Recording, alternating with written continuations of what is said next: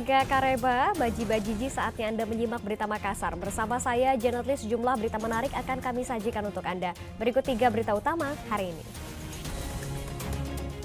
2 penculik dan pembunuh bocah 11 tahun di Makassar menjalani tes psikologi untuk mengetahui kondisi kejiwaan mereka. Ratusan mahasiswa tuntut pemerintah daerah bangun infrastruktur jalan di Desa Karyango, Kecamatan Lembang.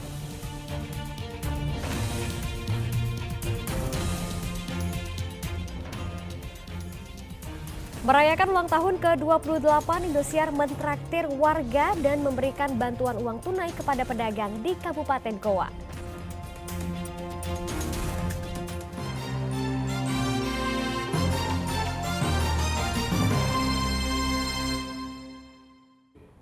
Kita ke informasi yang pertama, penyidikan kasus penculikan sekaligus pembunuhan bocah umur 11 tahun di Makassar masih berlanjut. Guna memastikan kondisi kejiwaan, polisi memberikan tes psikologi bagi 2 remaja penculik sekaligus pembunuh korban. 2 remaja penculik sekaligus pembunuh bocah berumur 11 tahun di Makassar mengikuti tes psikologi dari tim Polda Sulawesi Selatan di ruang khusus Polrestabes Makassar. Kondisi emosional kedua tersangka diperiksa dengan cara menggambar sesuatu di kertas sesuai pertanyaan psikolog. Selain itu, petugas juga memberikan 23 pertanyaan untuk mengetahui kondisi mental keduanya. Beberapa pertanyaan diajukan seputar kedekatan kedua tersangka dengan korban, serta interaksi kedua tersangka di lingkungan rumah dan tetangga. Keseharian kedua tersangka menjadi perhatian serius tim psikolog. 4 saksi turut diperiksa polisi, termasuk orang tua korban, orang tua kedua tersangka, serta rekan korban di lokasi pembunuhan. Dari psikolog G dari Polda Selatan sudah bersama dengan timnya sementara mewawancarai pelaku terkait dengan perbuatan keji yang dia lakukan. Terus kemudian setelah itu kami juga akan berkoordinasi ke dokter ahli psikiater terkait dengan kejiwaan tersangka, dan selanjutnya kami akan melakukan mengidentifikasi terkait barang bukti yang ada di TKP. Hingga kini polisi masih menyelidiki situs pasar gelap penjualan organ tubuh yang menjadi inspirasi kedua tersangka melakukan penculikan dan pembunuhan. Bahkan polisi menduga otak pelaku kejahatan itu berdomisili di Makassar. Andi Muhammad Sardi melaporkan dari Kabupaten Goa. Warga di kota Makassar geger dengan penangkapan 2 remaja yang menculik sekaligus membunuh bocah berumur 11 tahun. Motif pembunuhan, pelaku berniat menjual organ tubuh korban yang ditawar miliaran rupiah ke pasar gelap melalui media sosial. Apakah perilaku tersangka ini cenderung mengarah gejala psikopat? Kita simak liputannya. Dalam beberapa hari terakhir, masyarakat di kota Makassar digegerkan penculikan sekaligus pembunuhan bocah berumur 11 tahun. Ironisnya, 2 remaja masing-masing berumur 17 tahun dan 14 tahun justru menjadi tersangka penculikan sekaligus pembunuhan korban. Mayat korban dibuang ke sungai Nipa-Nipa, Kabupaten Maros.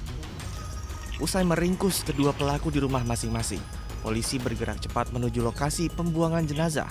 Polisi melakukan olah tempat kejadian perkara dan memeriksa kantong kresek berisi tubuh korban. Pelaku utama mengaku membunuh korban dengan cara mencekik dan membenturkan kepala korban. Perbuatan keji dilakukan kedua pelaku usai melihat di internet ada sindikat penjualan organ tubuh yang menawarkan organ tubuh dengan harga tinggi.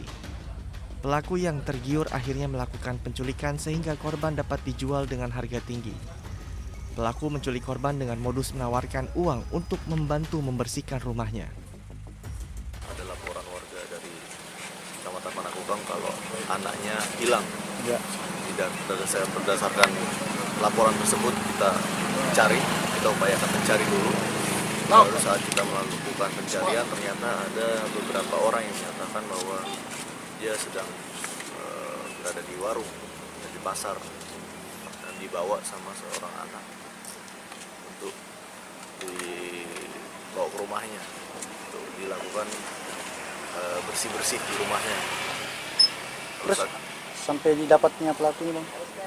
Sampai saatnya dapatnya kedua pelaku ini kita interogasi, membenarkan memang anak yang hilang itu dibunuh dan dibuang di sungai apa ini? Nipanima. Di sungai Nipanima Maros. Terus itu ada motifnya bang sampai pelaku melakukan hal ini? Untuk motif sampai saat ini belum ada yang A1 penjelasannya. Nanti akan kita lakukan interogasi lebih lanjut di kantor. Untuk selanjutnya bang, korban dibawa kemana ini bang? Korban langsung dibawa ke Rumah Sakit Bayangkara untuk dilakukan visum dan otopsi. Penyidikan polisi masih berlanjut. Penyidik Polrestabes Makassar berupaya mengungkap motif pembunuhan. Fakta baru terungkap, ternyata kedua korban tega menculik dan membunuh bocah 11 tahun tersebut karena tergiur harga organ tubuh manusia di pasar gelap yang mencapai miliaran rupiah. Kedua pelaku berencana menjual organ tubuh korban ke pasar gelap melalui media sosial. Kedua pelaku mengaku korban tewas dicekik oleh tersangka berinisial AD di rumah tersangka berinisial MF. Namun setelah korban tewas, kedua pelaku yang tidak memiliki pengalaman dalam membedah tubuh manusia kebingungan sehingga kedua pelaku mengikat tangan korban, kemudian tubuh korban dibungkus plastik dan dibuang ke sungai Nipa-Nipa. Polisi memastikan kondisi fisik korban masih utuh karena kedua tersangka tidak memiliki pengetahuan memotong organ tubuh manusia. Meskipun kedua pelaku masih remaja, mereka dijerat Undang-Undang Perlindungan Anak dan pasal pembunuhan. Tersangka mengkonsumsi konten negatif di internet tentang jual beli organ tubuh. Dari situ tersangka terpengaruh, tersangka ingin menjadi kaya, tersangka ingin memiliki harta, sehingga muncullah niatnya tersangka melakukan pembunuhan yang rencananya organ dari anak yang dibunuh ini akan dia jual. Ya, dari aspek sosiologis, dari aspek psikologis. Setelah ini tim penyidik akan mendatangkan psikologis atau psikiater untuk mengetahui sejauh mana tersangka ini tega melakukan perbuatan pembunuhan ini. Yang ketiga tentunya aspek yuridis. Pihak kepolisian sudah mengkonstruksikan pidana ini kita jerat dengan pasal pembunuhan berencana, pembunuhan dan Undang-Undang Perlindungan Anak, Undang-Undang Nomor 23 Tahun 2002. Ini mungkin teknis. Apabila benar-benar sudah dapatkan pembeli, apakah mereka rencana akan mengeksekusi sendiri korban ini dan memilah-milah organ tubuhnya atau bagaimana? Jadi karena ini pelakunya anak-anak, sehingga karena pelaku anak-anak dan keterbatasan pengetahuan, jadi dia ngambil sisi enaknya saja. Dia belum pernah ketemu sama yang katanya mau beli, dia juga belum memastikan di mana itu pembelinya, makanya sempat dia kebingungan ketika korban sudah meninggal. Nah, dia bingung mau diapain ini barang, akhirnya apa? Dibuang.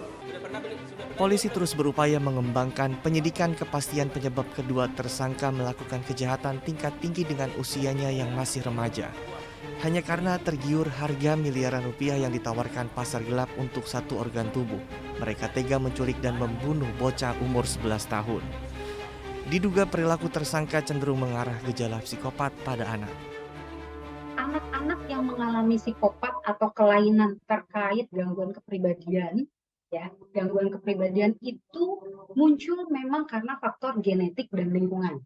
Nah, kalau genetik berdasarkan penelitian juga itu muncul karena ada kerusakan otak atau kelainan di sarafnya. Nah, ini kan berarti memang perlu deteksi di awal. Tapi buat orang awam seperti kita, nah, terutama orang tua, inilah pentingnya untuk aware. Terutama di 5 tahun pertama anak, apakah anak menampilkan perilaku-perilaku yang lain yang berbeda seperti anak normal pada umumnya, emosinya seperti apa, ada perilaku yang sekiranya mulai anaknya suka berbohong, berbuat kekerasan, lalu seperti tidak punya empati. Nah, ini yang harus selalu segera dicek. Pelaku kejahatan yang masih berusia anak-anak hingga remaja terancam hukuman separuh dari ancaman maksimal. Jadi dua tersangka penculikan dan pembunuhan bocah di Makassar ini terancam 10 tahun penjara. Tapi, apakah hukuman ini bisa bikin jera atau malah membuat perilaku jahatnya kambuh? Mengingat usia anak-anak hingga remaja, pola pikir dan tingkat emosional belum stabil. Apakah nanti anak ini menjadi anak yang justru membahayakan atau pola kejahatannya semakin meningkat itu juga sudah diantisipasi. Kalau zaman dulu memang lapas remaja itu dicampur, tapi sekarang ini sudah dipisahkan antara anak-anak dengan dewasa. Kalau zaman dulu ada percampuran, misalnya ada yang anak-anak dicampur dengan narapidana dewasa atau narapidana yang memang kelas-kelas berat gitu, sehingga proses untuk penjeraan ini justru tidak efektif. Tapi sekarang mungkin relatif lebih efektif, meskipun itu juga bukan jaminan. Selain sanksi hukum, peran keluarga sangat diperlukan dalam mengembalikan pelaku kejahatan ke jalan yang benar, termasuk usia anak hingga remaja. Orang tuanya atau keluarganya mempunyai concern terhadap anak ini, saya kira masih bisa diarahkan, karena mereka pada umumnya memang anak-anak muda yang masih mempunyai masa depan. Dan kita sendiri juga berpikir kalau seandainya anak ini nanti dibiarkan, bukan tidak mungkin penyakit-penyakit lama, apalagi kalau kena pasalnya itu pasal pembunuhan berencana, ya. Saya kira potensi-potensi itu masih ada. Penegak hukum telah memberikan hukuman maksimal sesuai undang-undang agar pelaku kejahatan mendapatkan efek jera. Namun, faktor keluarga sangat penting dalam memperbaiki perilaku para pelaku kejahatan, apalagi usia anak hingga remaja. Saat keluarga optimal membantu si pelaku anak kembali lurus, maka akan berhasil. Namun sebaliknya, jika keluarga cuek atau acuh, bisa jadi perilaku anak semakin parah. Tim Liputan melaporkan.